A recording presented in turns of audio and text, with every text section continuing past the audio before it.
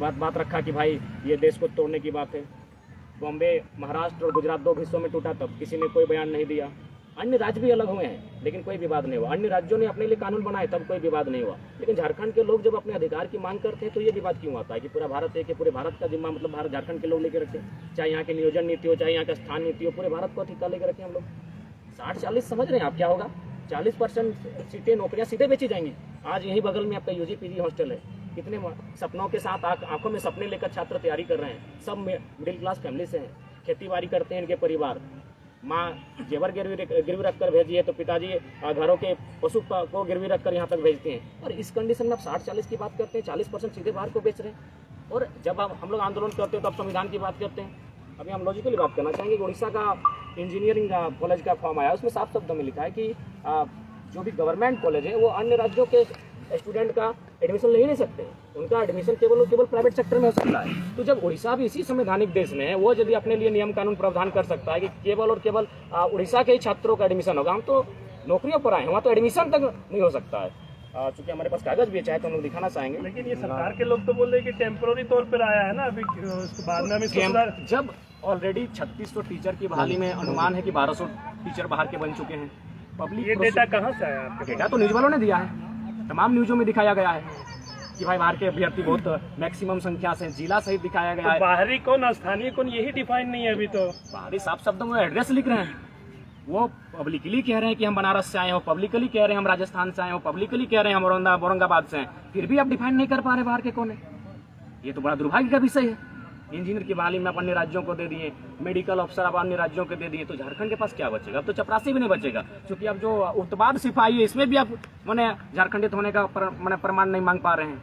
तो ये एक दुर्भाग्य का विषय है। दूसरी बात थोड़ा संविधान की बात करेंगे, क्योंकि आज संविधान के नाम पर दिग्भ्रमित किया जाता है कि भारतीय संविधान में समानता का बात करता है, जो हमारा आर्टिकल 14 से लेकर 18, खासकर 14, 15, 16, मूल रूप से 16 की बात करते हैं क्योंकि नियोजन की बात आर्टिकल 16 करता है। अगर आप भारतीय संविधान अनुच्छेद 16 को देखेंगे तो वहाँ लिखा है कि किसी भी नियोजन में राज्य किसी भी प्रकार का भेदभाव नहीं कर सकता है। कोई भी नियोजन होगी, नियुक्ति होगी तो भेदभाव नहीं कर सकता है। अनुच्छेद 16 2 में कहती है कि आप जाति, धर्म, उद्भव, जन्म स्थान, नस्ल, संप्रदाय, 7 पॉइंट है, उनके आधार पर आप भेदभाव नहीं कर सकते। यानी 16(1), 16(2) के पढ़ने के बाद आपको लगेगा कि कोई भी एंट्री कर सकता है। लेकिन जैसे 16(3) पढ़ते हैं भारतीय संविधान अनुच्छेद 16(3), वहाँ साफ शब्दों में लिखा है कि संसद स्थानीयता के आधार पर यदि उस राज्य के लोग पिछड़े हैं, स्थानीय हैं, तो उनके लिए विशेष नियोजन में प्रावधान बना सकती है 16(3) के। तो हम तो उसी की बात करते हैं।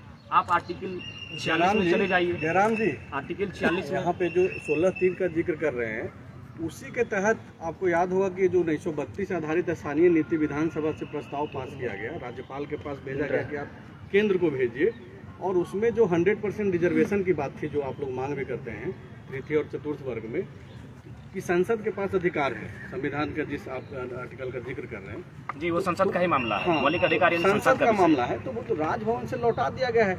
अभी जो समन्वय समिति की बैठक हुई गुरु जी के अध्यक्षता में, उसमें भी बात हुआ कि फिर से उसी बिल को जो है हम लोग फिर से भेजें राज्यपाल के पास। हम लोग भी लगातार वही कह रहे हैं कि आप फिर से भेजिए। हाँ, जो त्रुटियां हुई हैं उनको निराकरण करते फिर से भेजिए। आर्टिकल से बीजेपी से क्या सवाल आप लोगों के मन में है? क्योंकि देखिए, राज्यपाल ठीक है, संवैधानिक व्यवस्था है, लेकिन किस टाइप से व्यवस्था है सबको मालूम है। उस पर हमारा तो ये जो चीजें लौट रही है और जो आप लोग मांग कर रहे हैं, तो रोड़ा जो बन रहा है लोग, उस पे कैसे समाधान होगा? उसको जेएमएम के बाद हम लोग बीजेपी पर भी आएंगे। उसके लिए हमारी रणनीतियां बन रही है कि जब आंदोलन के लिए आए तो कोई बक्से नहीं जाएंगे।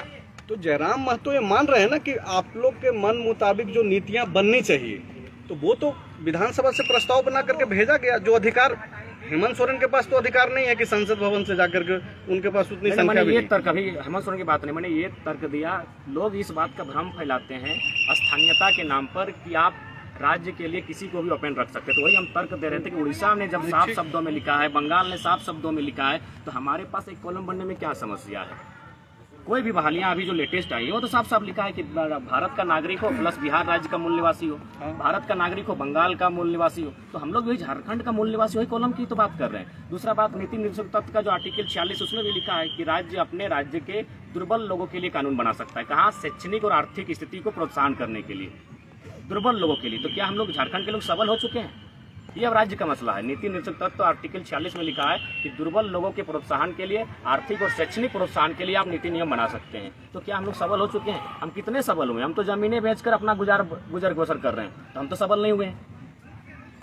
लेकिन जो चीजें आप बोल रहे हैं वही चीजें तो सरकार में शामिल लोग भी कर रहे हैं, जो अभी जिसका जिक्र संजय भैया कर रहे थे कि उन्होंने बोला कि फिर से भेजेंगे इसको राज्यपाल के पास। तो बिल्कुल भेजें। तो फिर आंदोलन किस बात को लेकर? आंदोलन इस बात का कि आंदोलन के कारण ही 1932 चर्चा में है विधानसभा में। तब अगर तक क्या चाहते हैं आप लोग, वैकेंसी निकले या फिर नहीं निकले? देखिए, हम जब लोग तक कि क्लियर हम नहीं लोग हो जाए। चाहते हैं कि कम से कम आप जो आप कह रहे हैं कि टेम्प्रोरी है, तो टेम्प्रोरी भी किस प्रकार का होगा? टेम्प्रोरी भी है तो ठीक है, तो क्या इसका मतलब टेम्प्रोरी, इसका मतलब सारी बहालियों को बांट देंगे क्या? उसमें आप जो लोकेलिटी का मैंने बैरियर को डिलीट कर चुके हैं, लोकल भाषा के बारे में चर्चा नहीं होगी, मैंने संस्कृति के बारे में चर्चा नहीं होगी, सीधे आप इंग्लिश को लोकल लैंग्वेज बना दीजिए। क्या ये आधार हो सकता है टेम्प्रोरी बहाली में? क्या इसके माध्यम से आप रोक सकते हैं? आप जिला वाइज सर्वे करते हैं, जिला वाइज कौन सी भाषाएं हैं उसके आधार पर आप GSGK का पेपर सेट करते हैं, ये तो आप कर सकते हैं। ये तो संविधान का हनन नहीं होगा। जिस प्रकार उड़ीसा अपने उड़िया लैंग्वेज को लेकर एक बैरियर बना देती है, आपके पास अब जिला वाइज सर्वे करके, जो इससे पूर्व होती थी यार, अब जो 2-3 भाषाएं, क्योंकि झारखंड में एक भाषाएं पॉसिबल नहीं है, तो इसीलिए मेरा मानना है कि आप जिला वाइज सर्वे करते हो।